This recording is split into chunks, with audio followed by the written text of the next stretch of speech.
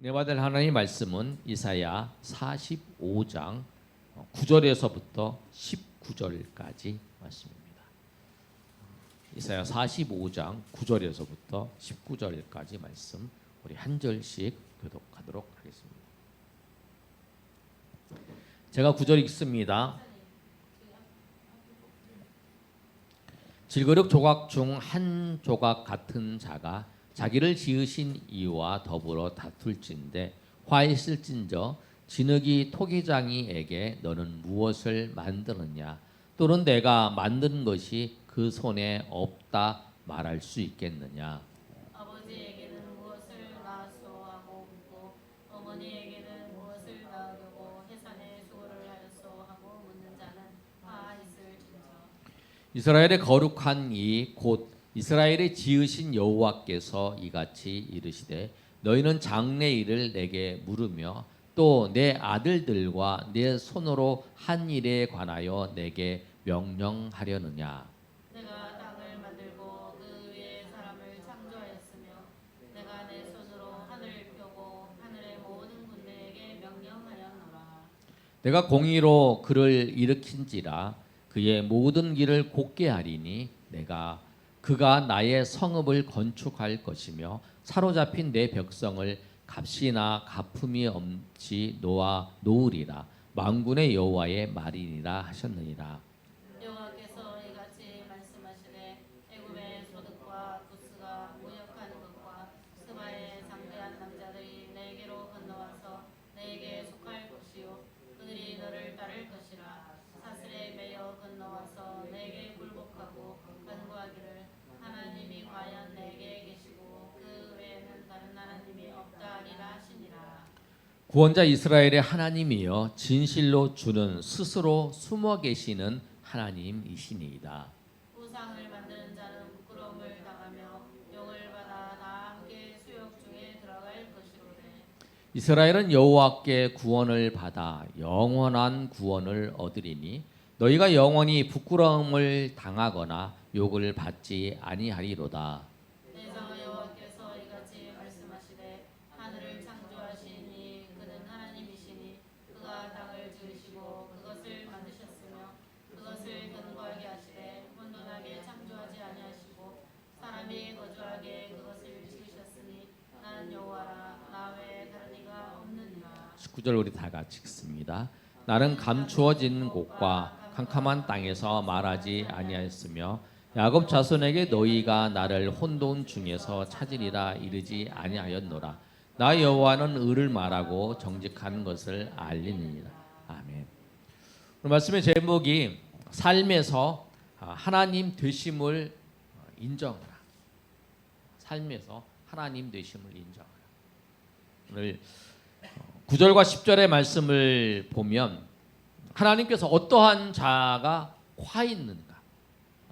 우리 수요일날 말씀에 행복한 사람, 복 있는 사람에 대해서 말씀했죠. 복 있는 사람은 어떤 사람인가? 행복한 사람은 말씀을 물이 흘러가는 것처럼 말씀의 영향력을 따라서 그 인생이 세워지는 그 인생이 행복한 인생이라. 내가 오늘도 무엇을 따라서 내가 오늘 삶을 살아가고 있는가?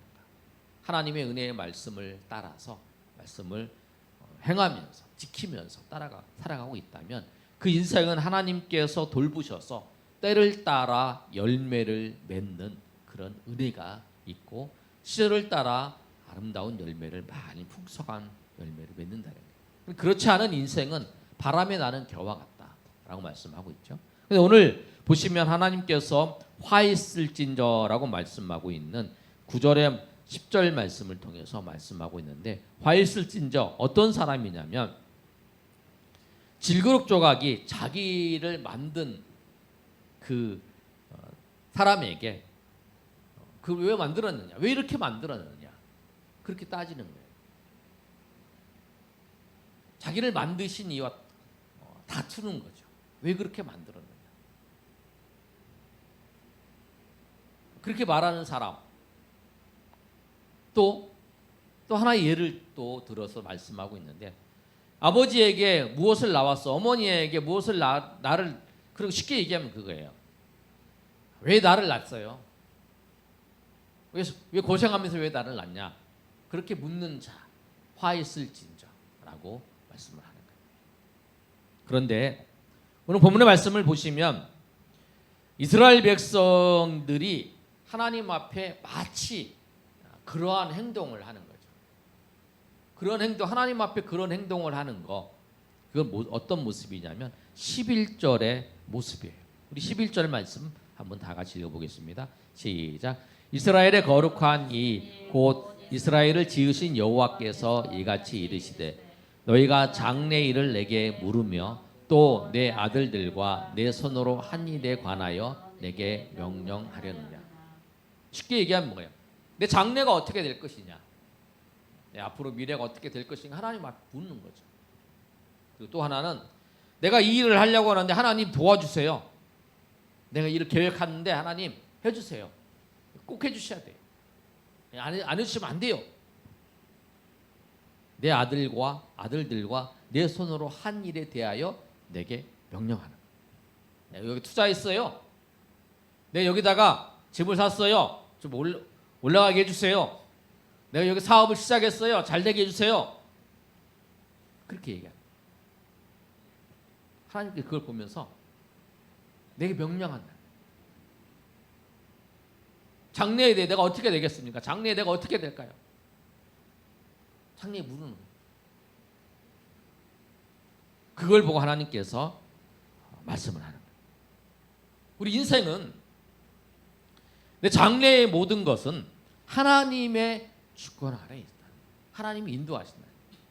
내가 한 일에 대하여 하나님이 이렇게 해주세요, 저렇게 해주세요 이렇게 하는 게 아니라 내가 하나님의 뜻 안에서 그 일을 행하는 거예요. 하나님의 말씀 안에서, 하나님이 인도하심 안에서, 하나님이 명령하신 그 말씀을 따라서 내가 그 일을 행하는 거지, 내가 하나님께서 이렇게 해주세요 이렇게 말하는 게 아니라. 근데 우리가 기도한다는 것이 뭐냐면, 기도하는 게 내가 필요한 것을 하나님께 달라고 요청하는 게 기도가 아니고, 기도의 정말 중요한 요소는 하나님의 뜻을 찾는 거예요. 이게 정말 하나님의 뜻입니다. 하나님 뜻이 어디에 있습니까? 그 속에서 하나님의 뜻을 찾고 하나님의 뜻에 내가 순종을 하며 그 길을 걸어가겠다는 결단하는 거예요. 그게 기도예요. 그러니까 우리가 기도해야죠. 삶의 자리에서 하나님 앞에 이렇게 명령하고 하나님 앞에 이렇게 해주세요 이렇게 하는 게 아니라 그 속에서 어떤 일이 생겼을 때마다 하나님 앞에 구하면서 하나님의 뜻을 찾고 하나님의 은혜를 찾고 나아가는 거예요. 그리고 그 모든 것의 장래가 하나님의 뜻 안에 걸어가는 그 장래가 하나님의 손에 있다는 것을 알고 순종합니다. 세상 사람들이 맺는 열매를 맺는 것이 우리의 인생이 아니에요. 없어질 것에 우리의 인생의 열매를 맺는 게 아니죠. 예수님께서 말씀하신 것을 바울 사도가 사도행전을 통해서 말씀하잖아요. 주는 것이 복이다. 당연히 주는 게 주면 돈이 없어지죠. 뭐 주든지 헌금을 내든지 뭐 누구한테 베풀어 주든지 다 없어져요. 그 다 없어지는 거죠. 다 손해 보는 거예요, 이 세상에서는. 그런데 하나님은 뭐라고 말씀하시냐면 하늘에 쌓아둔다는 거예요. 다르게 하나님은 개념 우리는 다르다는 거예요. 우리가 하나님의 인도하심을 따라서 살아가면서 하나님이 주시는 은혜를, 그리고 하나님이 주시는 은혜뿐만 아니라 이 땅에서의 그 열매가 아니라 영원히 변하지 아니하는 그 열매를 우리가, 그리고 그 은혜를 누리며 살아가는 존재라는 거예요. 그런데 우리는 11절에 있는 말씀처럼 이스라엘 백성들이 내 일에 대해서, 내가 한 일에 대해서 하나님께서 이렇게 해라, 이렇게 해주십시오, 기도라고 하는 이름으로 명령을 하고 있는 거예요. 하나님 앞에 내가 구한다는 그 말로 명령을 하고 있는 거예요. 그게 우리의 모습이다.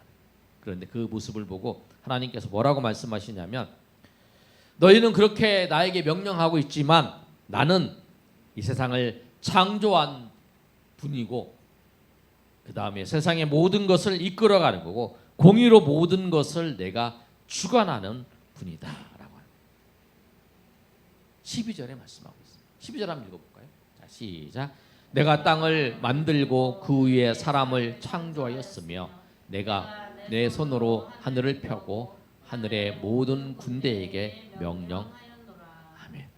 내가 너희가 나한테 이거 해달라고 저거 해달라고 그 기도의 모습으로 구한다는 모습으로 내가 나에게 명령하고 있지만 나는 땅을 만들고 사람을 창조했고 하늘을 펴고 모든 군대를 다스리는 그런 존재라. 너희가 그런 모습이라는 거예요. 지금 이스라엘 백성들이 하나님 앞에 지금 자기의 잘못도 모르고 패역한 모습으로 그렇게 자기가 살아가고 있는 모습. 그런데 하나님이 이들에게 어떻게 하실까? 13절에 하나님이 이렇게 말씀하십니다. 한번 읽어볼까요? 자, 시작. 내가 공의로 그를 일으킨지라 그의 모든 길을 곧게 하리니 나의 성읍을 건축할 것이며 사로잡힌 내 백성을 값이나 갚음이 없이 놓으리라. 만군의 여호와의 말이니라. 아멘. 이스라엘 백성들이 하나님 앞에 명령하고 그렇게 하나님의 뜻대로 살지 못했지만 하나님은 내가 너희에게 공의를 베풀어 주신다. 하나님이 먼저 우리에게 은혜를 베풀어 주세요. 이스라엘 백성들도 지금 죄악 때문에 바벨론 포로에 끌려가 있는 모습이지만 하나님이 그들을 인도해 주십니다. 누구를 통해서? 내가 공의로 그를 세운다. 44장의 28절 말씀에 내가 나의 목자 고레스 나의 목자를 세운다 그랬어요. 그 고레스는 예수님을 믿지 않는 사람, 하나님 모르는 사람이에요. 구약 성도들은 예수님 몰랐으니까. 근데 이는 하나님을 몰라요. 이방인. 그런데 하나님이 이방인들도 세워서 내가 그를 세워서 그의 모든 길을 곧게 하고 그가 나의 성읍을 건축할 것이다. 그가 누구냐면 고레스가 나의 성읍 예루살렘에 있는 다윗성을 건축할 것이고 사로잡힌 내 백성을 값이나 갚음이 없이 놓으리라. 고레스의 칙령을 통해서 이스라엘 백성들이 바벨론에서 다시 돌아오는 역사가 있죠. 내가 그렇게 할 것이라. 너희는 그렇게 나를 명령하고 나의 말을 안 듣고 오히려 나에게 적반하장식으로 왜 그랬냐? 토기장이한테 그 진흙이 그렇게 하는 것처럼 하나님 왜 나를 이렇게 했어요? 우리를 왜 이렇게 힘들게 하세요? 내 인생을 왜 이렇게 힘들게 하세요? 하나님 계시면 우리가 왜 바벨론 포로 생활에 빠져서 왜 고통스럽게 됐어요? 이렇게 하고 있는 모습이죠. 내가 무슨 죄가 있어요? 우리 조상들이 잘못했지. 내가 아무 죄도 없는데 나는 지금 바벨론에 끌려와가지고 그랬잖아요. 그렇게 생각할 수 있어요. 그런데 하나님께서 그들에게 은혜를 베풀어 주시고 먼저 은혜를 베풀어 주세요. 하나님께서 먼저 은혜를 베풀어 주세요. 우리 인생에. 그래서 하나님께서 뭐라고 말씀하는 14절에 여호와께서 이같이 말씀하시되 애굽의 소득과 구스가 무역한 것과 스바의 장대한 남자들이 내게로 건너와서 내게 속할 것이며 너희에게 속할 것이라는 거죠. 그들이 너를 따를 것이며 사슬에 매여 건너와서 내게 굴복하고 간구하기를 하나님이 과연 내게 계시고 그 외에는 다른 하나님이 없다리라 하시니라. 애굽의 소득과 구스의 무역한 것 스바의 장대한 남자들이 내게로 온다는 거죠. 내게로 온다는 건 하나님께로 온다는 게 아니라 너희에게로 간다는 거예요. 바벨론에서 돌아와서 성전을 건축하고 성벽을 재건하는 데 있어서의 모든 돈을 어디서? 애굽의 소득에서 무역한 거에서 다 가져와서 그렇게 하나님께서 그들을 인도해 주신다라고 하는 거예요. 하나님 그렇게 하신다. 우리 그 하나님을 꼭 기억하셔야 돼요. 그런데 하나님은 오늘 어떤 하나님이라고 말씀하고 있냐면 15절의 말씀 우리 다 같이 한번 읽어보겠습니다. 시작.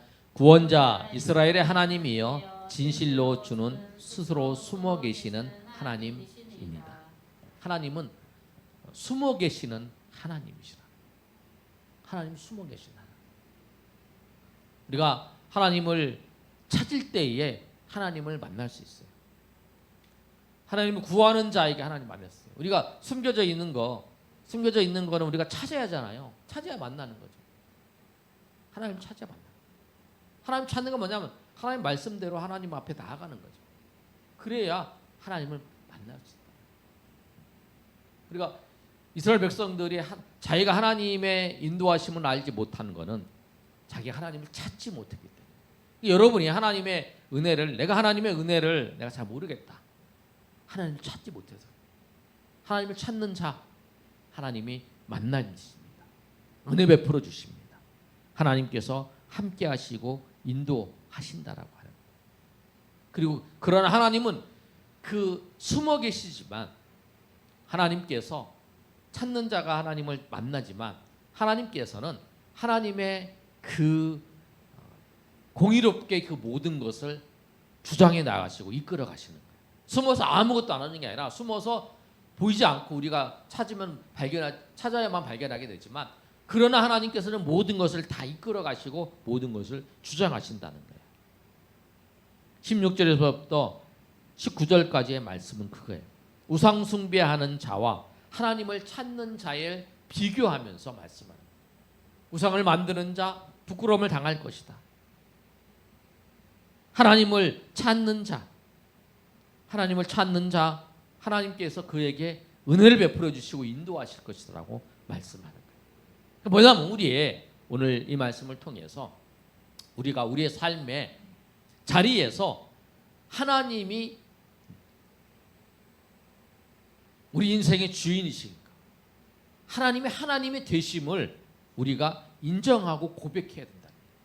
하나님 명령하는 게 아니라 내가 하나님께서 하나님 되심을 인정하는 게 뭐냐면 나의 삶에 하나님의 원리에 따라서 하나님 말씀의 원리에 따라서 내가 살아가는 거죠. 그 노력하며 살아가는 거예요. 그것이 뭐냐면 내가 하나님을 인정하는 거예요.